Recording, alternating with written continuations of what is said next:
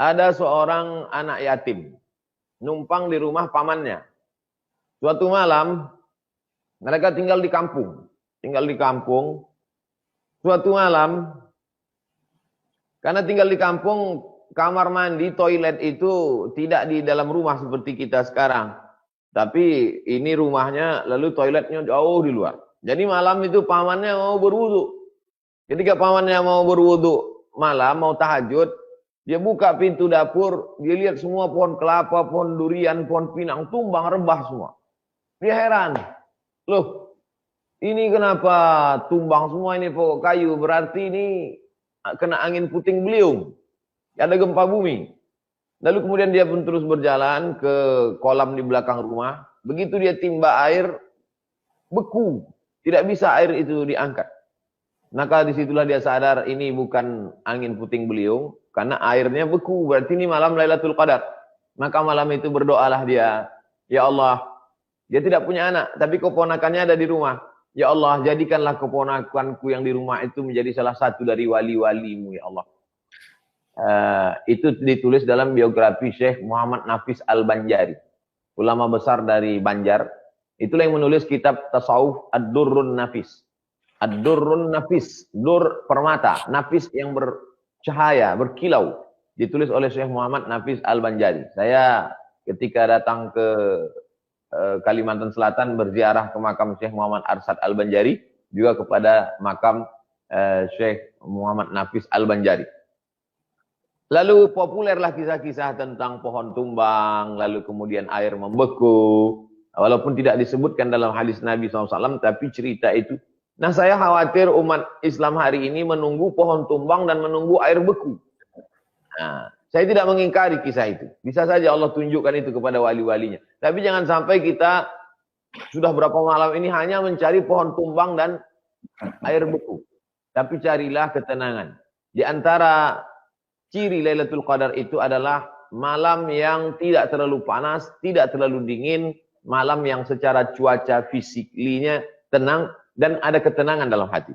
Karena tanazzalul malaikatu waruh, turunnya malaikat itu, malaikat tidak mau turun ke dalam rumah yang ada patung. Malaikat tidak mau turun ke dalam rumah yang ada anjing. Kenapa? Karena di dalam itu ada setan. Setan tidak mendatangkan ketenangan, kerisauan, kegundahan, kegalauan. Malaikat hanya mau turun tenang kalau di tempat itu menenangkan. Malaikat tidak takut kepada setan. Malaikat lebih mulia, lebih besar daripada setan. Tapi dia tidak mau ada hiruk pikuk. Oleh sebab itu maka ketenangan itu, siapkan cawan ketenangan, maka akan turun air ketenangan. Bagaimana mungkin air ketenangan akan turun kalau cawannya tidak tenang? Bersihkan cawannya. Itulah konsep yang disebut dengan takhalli. Takhalli, kosongkan dengki, kosongkan hasad, kosongkan takbur. Setelah bersih dia, barulah tahalli, turun air ketenangan.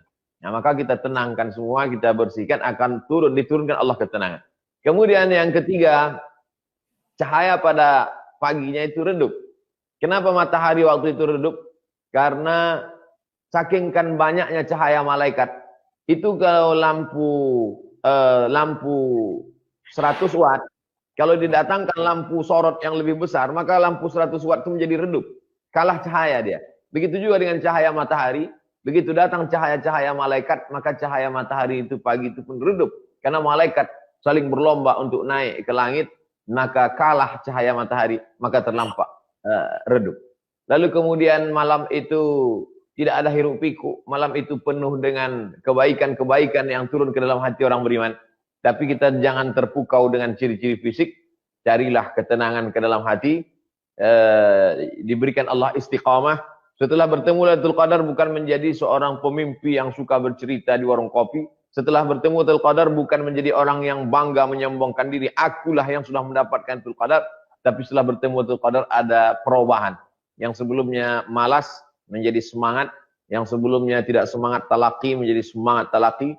Yang sebelumnya setiap 6 bulan pulang, apalagi ada tiket murah, tapi justru makin semangat belajar.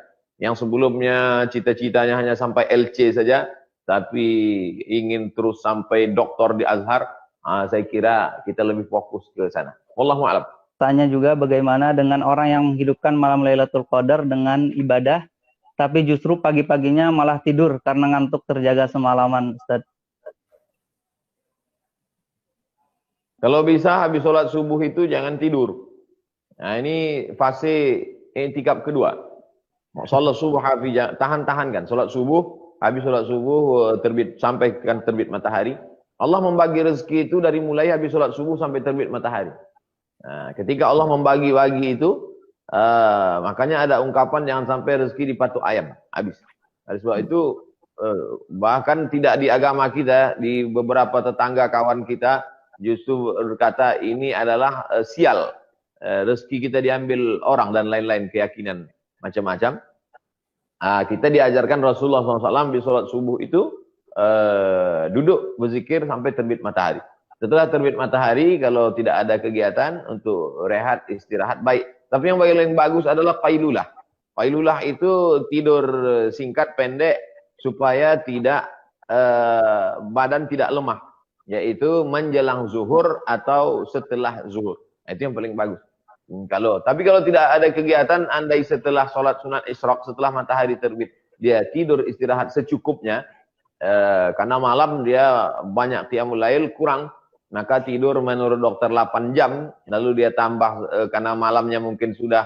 Jadi kalau habis sholat tarawih, witir, baca Quran, tadarus, taruhlah pukul 10 atau 11, 12, 1, 2, 3 jam dia tidur, lalu siangnya dia tambah beberapa jam, enggak masalah. Tapi kalau lebih banyak tidurnya, dari mulai subuh tidur sampai asar, asarnya pun di jamak takhir zuhur, na'udzubillah, ini bukan puasa. Ya, ini oleh sebab itu maka puasa tidak mengurangi aktivitas. Puasa aktivitas seperti biasa, justru puasa adalah menambah aktivitas. Energi berkurun, gula darah turun, emosi naik, tapi justru bisa dikontrol. Filosofi puasa, ketika gula darah turun karena tidak ada asupan makanan, tidak minum, emosi naik, ingin marah, tapi justru bisa dikontrol. Ana shaim.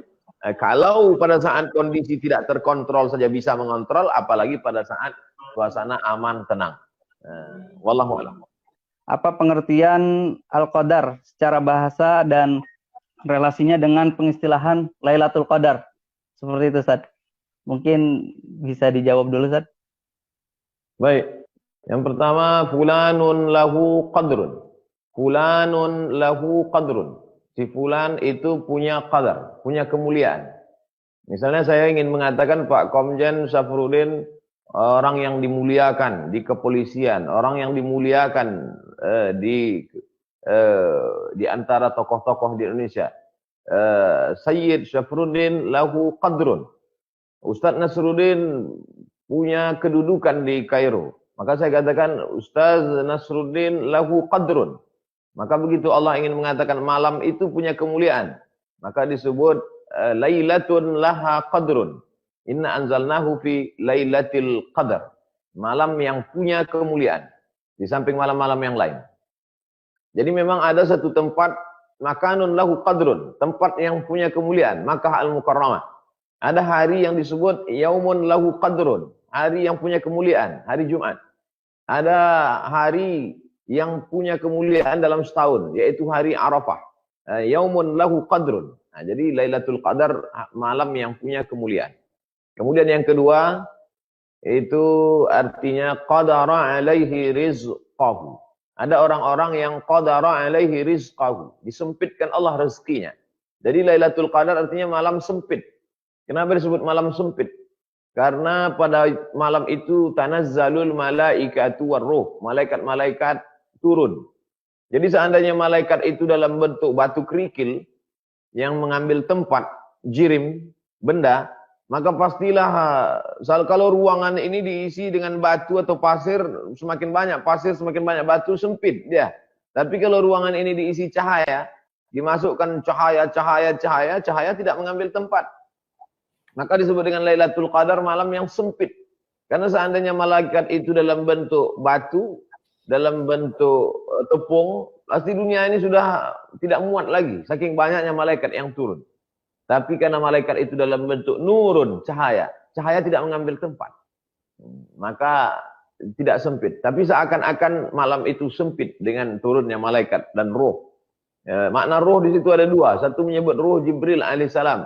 Nazala bihi ruhul amin ala qalbika litakuna minal munzirin.